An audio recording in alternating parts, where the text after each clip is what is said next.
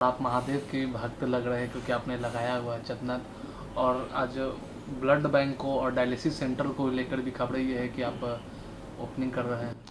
अब चूंकि सावन का आज अंतिम सोमवार है और हमेशा समाज के प्रति हम लोग को सोचते रहना चाहिए, और आज महादेव का दिन है, इससे अच्छा कोई दिन क्या हो सकता है। तो आज हमने ज़रूरतमंद लोगों के लिए डायलिसिस सेंटर की स्थापना कर रहे हैं, ताकि वहाँ पे बढ़िया क्वालिटी का डायलिसिस मशीन, जर्मनी से मशीनों को इंपोर्ट कराए हैं लोग, और उनको वहाँ पे लगा देंगे। क्योंकि किसी की किडनी अगर फेल हो जाती है तो हफ्ते में उसको 3 बार डायलिसिस करना होता है, तो उसकी, और एक मिडिल क्लास इंसान हर महीने उसको 50,000 देंगे, नहीं तो सामने मर जाएगा बेचारा, तो काफ़ी दिक्कत हो जाती है। तो हमने डायलिसिस सेंटर के लिए और ब्लड बैंक के लिए भी हमने इसमें प्रोसीड कर दिया है। आई थिंक नवरात्रि का पहला नवरात्रि हम लोग ब्लड बैंक की स्टार्ट कर देंगे, और लक्ष्य है कि उसको एशिया में सबसे बड़े लेवल पे लेके जाना है, ताकि गरीब इंसान ना भटक सके।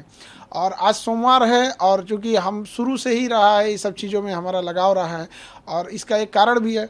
एक बार क्या हुआ था, बहुत साल पहले यहाँ हम सोफ़ा पे ही बैठे थे, और ये देखिएगा अब आपको, तो ये मेरा सोफ़ा, इस पे हम बैठे थे, और ऊपर महादेव की तस्वीर लगी हुई है। और जब बम चलाया था सब ना, तो इस दीवार के इसी सोफ़ा के गद्दे पे लग गया था, ये वाला सोफ़ा नहीं था वहाँ पे, इस पे। तभी से हमको लगा कि नहीं, महादेव हमको बहुत मानते हैं, तो इसलिए उन्हीं का दिन सबसे अच्छा लगा। तो आज ही के दिन हमने इसकी घोषणा कर दिया, और अब इसको देखते हैं कैसे महादेव ले जाते हैं आगे। खान से लगता है महादेव के भी भक्त हैं। हमको सबसे अच्छा जमता है सबकी रिस्पेक्ट करनी चाहिए। आपने बोला कि एशिया का नंबर 1 बनाएंगे ब्लड बैंक और डायलिसिस सेंटर। देखिए, हमको ना इसको हर डिस्ट्रिक्ट पे ले जाना है, क्योंकि गरीबी किसी एक जगह पे नहीं है। तो धीरे धीरे करके हमको हर डिस्ट्रिक्ट पे लेके जाना है। स्टार्टिंग पटना से करेंगे, और उसके बाद वहाँ से हर डिस्ट्रिक्ट तक ले जाएंगे। और ब्लड बैंक को भी हम लोग ने लगभग हर डिस्ट्रिक्ट पे अवेलेबल कराएंगे।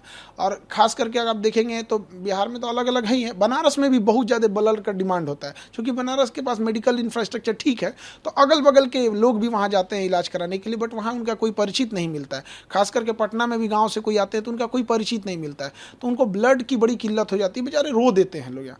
इसीलिए हमने इसकी पहल की कि हमें समाज ने हमें कुछ दिया है, तो समाज को लौटा के जाना है। यही एक मानव धर्म होता है। अन्यथा मतलब अगर समाज के काम ना आ सके तो क्या ही कर पाएंगे।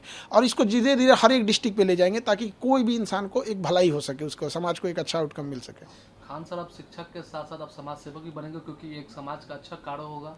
शिक्षक को हमेशा समाज को लेके ही चलना होता है, क्योंकि कहा जाता है हम शिक्षकों के बारे में कि हमारे गोद में निर्माण और विनाश दोनों पलता है। यदि हम बच्चों को अच्छी रास्ते पे दिखाएंगे तो कल को बच्चों में से भी एक लाखों बच्चे पढ़ते हैं, कोई प्रेरित होगा। तो छोटा मोटा ऐसे ही करके हम जब एक दूसरे का जब सहयोग करेंगे तो बहुत आगे जाएंगे। और सबको एक दूसरे का सहयोग करना चाहिए, क्योंकि गरीब को भी उतना ही जीने का अधिकार है जितना एक अमीर को, लेकिन वो कई बार परिस्थितियों का मारा हो जाता है, और उसके खास करके मेडिकल फील्ड में काफ़ी भुगतना पड़ता है। तो प्रयास यही है, अगर उनको ज़्यादा अगर ऐसा होगा तो इन फ्यूचर हम उन लोगों के लिए, जो मतलब गरीब, जैसे अमीर लोगों के लिए तो मेदांता है, दुनिया भर के हॉस्पिटल है, क्या कमी है, 5 स्टार होटल को आजकल हॉस्पिटल पीछे कर रहे हैं सर, बट गरीबों के लिए उनमें भी हम लोग आगे इस पे प्रयास कर रहे हैं। कैसे ये वर्क करेगा ब्लड बैंक और डायलिसिस सेंटर आम पब्लिक के लिए, कैसे वर्क करेगा? अब इसको हम लोग आज तो मतलब न्यू रख रहे हैं हम लोग इस चीज़ को, क्योंकि आज महादेव का दिन है, और हमको लगता है कि कोई दिक्कत नहीं आएगा, महादेव साथ है। और वर्क ऐसे ही करेगा कि जैसे कोई भी गरीब आ रहा है बाहर से, अगर उसको डायलिसिस की ज़रूरत रहेगी या ब्लड की ज़रूरत रहेगी, तो उसको किसी भी परिचय की ज़रूरत नहीं है, और उसके लिए पैसा बाधा नहीं बनने देंगे, यही उद्देश्य है। अब बात करें, मुख्यमंत्री नीतीश कुमार है, उन्होंने ट्वीट भी किया, आज ही ट्वीट किया है टीआरडी 4 और 5 को लेकर के डोमिसाइल नीति उसमें लागू। खान सर का क्या है? देखिए, डोमिसाइल नीति लागू कर देंगे ये, और इसमें एक और चीज़ उन्हें करना चाहिए था सप्लीमेंट्री रिजल्ट के लिए। तो एक होता है कि बच्चों को एक उम्मीद भी थी कि मुख्यमंत्री हस्तक्षेप किए हैं तो सप्लीमेंट्री रिजल्ट भी दे देंगे, क्योंकि बहुत सारे बच्चों का लास्ट अटेम्प्ट है, और थोड़ा बहुत मान के चलिए वैकेंसी ही है, डेट ऑफ बर्थ की वजह से अगर किसी को छांट रहे हैं तो उसको ले लेते ना चाहिए। और डोमिसाइल, अब अधिकारियों को क्या हो गया है, 6 महीना ये लोग ने ठंडी, बरसात, गर्मी, मारा लाठी पुलिस से, गर्दनी बाग में 8-8 महीना से बच्चे पड़े थे सब, और आखिर उन्होंने मान ही लिया। तो बस यही कहते हैं कि अधिकारी लोग को क्या हो गया है। आप किसी चीज़ को मानते हैं 8 महीना, इससे क्या होती है, एक धारणा बन जाती है कि आप जानबूझ के खराब कर रहे थे। दूसरा कि कई बार ऐसे भी मुद्दे आएंगे जो शायद आपके बस का नहीं था, लेकिन आपने एक जो रूल सेट कर दिया कि भैया 8 महीना 9 महीना बाद आप मान ही जाते हैं यहाँ पे। तो ये सोचना चाहिए कि आपका हर एक डिसीजन आगे के लिए हो। लेकिन हाँ, ये बच्चों के लिए है, क्योंकि बच्चे जो कभी समय से संघर्ष कर रहे थे, उनका ये बच्चों की जीत है। ये चुनावी साल है, तो इसलिए नीतीश जी ने भी किया है। हाँ, जो भी अब इसमें सप्लीमेंट्री भी दे देते तो बड़ा दिल से धन्यवाद करते, क्योंकि बड़ा रोते हैं सब बच्चे आके। अब बताइए 25-30 हज़ार की नौकरी के लिए कोई बड़े घर का बच्चा तो आएगा नहीं। तो ये सभी चीज़ें हैं, थोड़ा इसमें ज़्यादा और सीरियस सोचना चाहिए। एसएससी का प्रोटेस्ट भी जिस तरीके से जो हुआ दिल्ली में, उसको लेकर एसएससी में नकारे लोग बैठ गए हैं, जिनको मतलब कोई काम धाम नहीं बचा हुआ है, जिसे पता ही नहीं है कि क्वेश्चन कैसे आता है, लैपटॉप में लेके रिजल्ट बैठा है। पुलिस का बर्ताव भी बहुत गलत था। हमारे एक शिक्षक को एक अमानवीय भाषा बोली गई पुलिस के द्वारा। पुलिस भी ना भूले कि हम लोग भी पढ़ा रहे हैं बच्चों को, और हम अपने लिए नहीं लड़ रहे हैं। जो भी शिक्षक हैं आज भारत के एकजुट हुए हैं, अपने लिए नहीं, इन्हीं के लिए कर रहे हैं। जो संस्था ऑलरेडी ब्लैक लिस्टेड है, उसको एसएससी ने टेंडर कैसे दे दिया?